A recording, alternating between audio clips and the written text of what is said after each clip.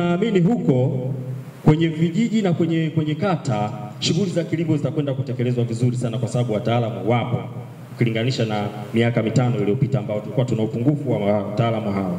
Kwa tunaamini pikipiki hizi ambazo zimeletwa zitaendelea kuongeza tija kwenye eneo hilo katika sehemu kubwa ya uzalishaji.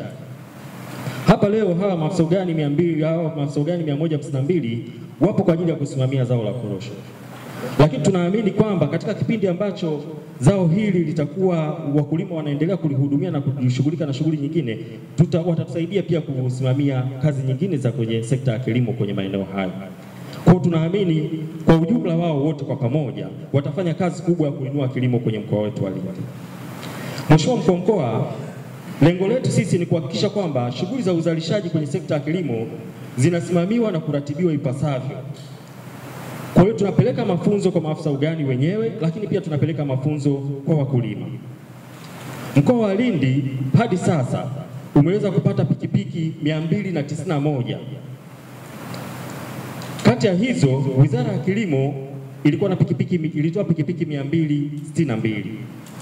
Bodi ya korosho hii ni mara yake ya pili inatoa, lakini ilishatoa pikipiki 23 zikaenda pia kwa maafisa ugani huko kwenye halmashauri. Lakini Tume ya Maendeleo ya Ushirika ilitoa pikipiki 6. Nazo pia ziko huko kwa maafisa ugani walioko kwenye halmashauri. Sambamba na utoaji wa vyombo hivyo vya usafiri, Mheshimiwa Mkuu wa Mkoa, serikali pia imetoa vipima udongo 4 kwenye halmashauri za wilaya. Vipima udongo ni kwa ajili ya kuhakikisha kwamba tunatoa huduma za ugani inavyostahili. Wakulima wetu wanaotaka huduma hizi, lakini na sisi pia tuna mkakati wa kwenda kuwafikia, kupima hali ya udongo ili kujua ni mazao gani yanaweza kustawi kwenye eneo husika.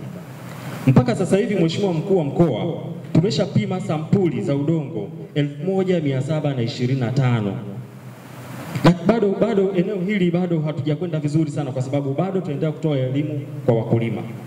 Tutoa elimu kwa wakulima ili waone umuhimu wa kutumia hii huduma ya vipima udongo, kujua hali ya afya ya udongo kwenye maeneo yao ili waweze kuzalisha mazao yanayopaswa kuzalishwa kwenye maeneo husika, lakini waongeze tija katika uzalishaji. Kwa Mheshimiwa Mkuu wa Mkoa, vitendea kazi vyote vilivyotolewa vimewezesha kuimarisha huduma za ugani na kusaidia wakulima kuzalisha kwa tija na kufikia malengo yao na kuongeza pato la mkulima mmoja na mkoa kwa ujumla.